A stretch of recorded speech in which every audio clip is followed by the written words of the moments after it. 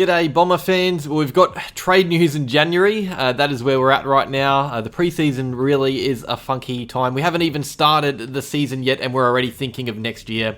No intro today, just getting right into it. It was reported a few days ago that Geelong had met with Gold Coast midfielder Matt Rowell last year, and obviously this was about the potential of a trade. This was late last year. I believe there were claims that he'd actually met with coach Chris Scott in a Melbourne apartment. Reports that I don't really believe have been shut down either. So this was news flowing through the AFL world in the last day or two. Geelong speaking with Matt Rowell, who falls out of contract this year. That was the headlines, really. This flame that Geelong had lit, though, has now had a bit of fuel poured onto it from a report in the Age last night by Jake Niall and Peter Ryan. So this isn't an intern reporting as a rumour. These are two high-profile journalists here. So they have said that in addition to meeting with Geelong late last year, Matt Rowell has also met or spoken with Collingwood and Essendon. So this comes after Cal Toomey threw our name as a team that could potentially be interested in Rowell, who falls out of contract. So this to me all but confirms that Essendon are right now at least thinking about the possibility of having a crack at trying to bring in Matt Rowell to the hangar, which to be fair, I think all of us would really like that. So a bit about the situation and what it all means, because it's one thing to be interested in a player and it's another to actually get anything done. So Matt Rowell is 23 years old, still fresh into his AFL career a little bit. He was taken with pick 1 in the draft by Gold Coast back in the day, but he was taken from Victoria, so Rowell is from Melbourne, which of course means there is always a go-home factor, a young kid getting taken by an interstate club. Rowell is footy mad as well, he's a real nuffy, and of course would have family and friends in Melbourne too, you would assume, so there are quite a few reasons as to why clubs would think that Rowell is gettable, which is of course why they're talking to him.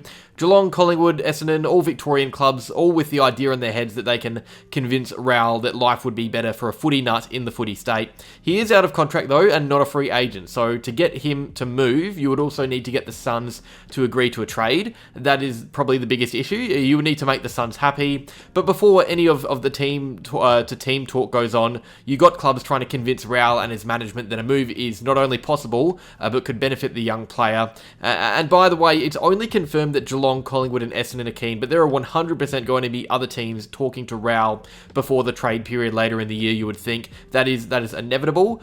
Talks will happen, but luckily for Gold Coast, they have the whole year to try and convince Rowell to re-sign with them. And given their recent track record, by the way, they've been locking down young players pretty well. You wouldn't bet against them. Maybe 5 years ago this would be a simple trade because the Suns were so bad at managing their list, but now they seem to have built a culture which has players wanting to stay. Rowell might be the same. He might be listening to what Victorian clubs have to say, but eventually he may just decide that he prefers it up on the Gold Coast under Hardwick. Now, not pushing too far ahead here, but let's say Rowell was planning to return home. We might not be the first club he chooses. If I was a younger player, I would probably want to be at a more stable team, but we would likely be the first team that Gold Coast chooses to deal with, because we in the whole competition, you would have to say that Essendon are one of the teams with one of the more incredible draft hands heading into the year, which of course makes us really attractive for a trade. We have 2 first-round picks, one held by Melbourne, who are likely to finish low with us, and 2 second-round picks, one held by St Kilda, who are likely to finish pretty low with us.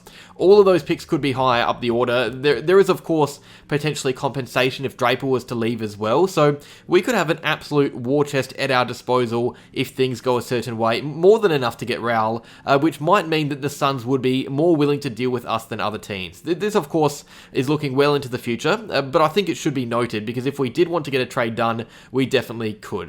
That has to be said. We are entering this off-season in a really strong position to make some significant list changes if we wanted to, and maybe that's why we're doing the work on Rowell early, because we know we can attack not only free agency, but the trade period pretty hard. I forgot to mention, by the way, we have a really large salary cap now. So not only do we have front-ended contracts getting smaller, but we just lost players like Dyson Heppel and Jake Stringer and Jake Kelly, and we replaced them with draftees. So we have more than enough salary cap and draft capital to do something big in the off-season, and getting Rowell would be pretty big. Okay, so Felix opinion time. Do I think Essendon should go hard for Rowell this year? Honestly, yes. To be honest, I think it's a no-brainer for me. I think he's still a really good age. He's only 23, so it's not like we're throwing away away picks on 30-year-olds, we'd be getting someone in who is not only ready-made, but still has room to grow on his ceiling, so that is really exciting. But I also just think Rowell is a fantastic player. I hyped him up a lot last year. I really thought he had a great season. We talked about how good guys like Durham and Caldwell are, but I think Rowell is next level and would really improve our midfield a lot, especially because he still fits their age bracket too. So Rowell is a contested beast and an absolute workhorse. Let's just rattle off some stats. So he averaged the most tackles per game in the league last year with 8 a match. That is nuts. Jai Caldwell getting 6.5 is fantastic, but 8 is just next level. No one else really did it, so it shows you that. He averaged the 3rd most contested possessions per game. He averaged 30 pressure acts a game, which is genuinely miles clear of anyone else. He had the 5th most clearances in the entire league.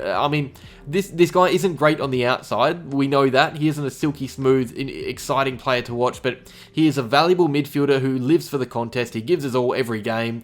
We wouldn't have had a player like this this tough in years. He seriously just goes in harder than just about anybody else in the entire competition. And also, something I think we got to get on our team more is proper love for footy. I see in the comments quite a bit, many are critical of some players that we've drafted in recent times because they seem to be just good athletes who don't really care about the sport or the team. Matt Rowell is one of those blokes that just seems to live for footy. The bloke eats grass before games.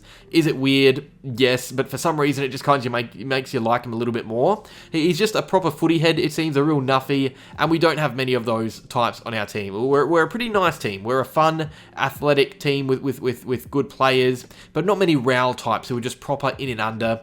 I think we could really do with him in the midfield, if I'm being honest. What would it cost to get him?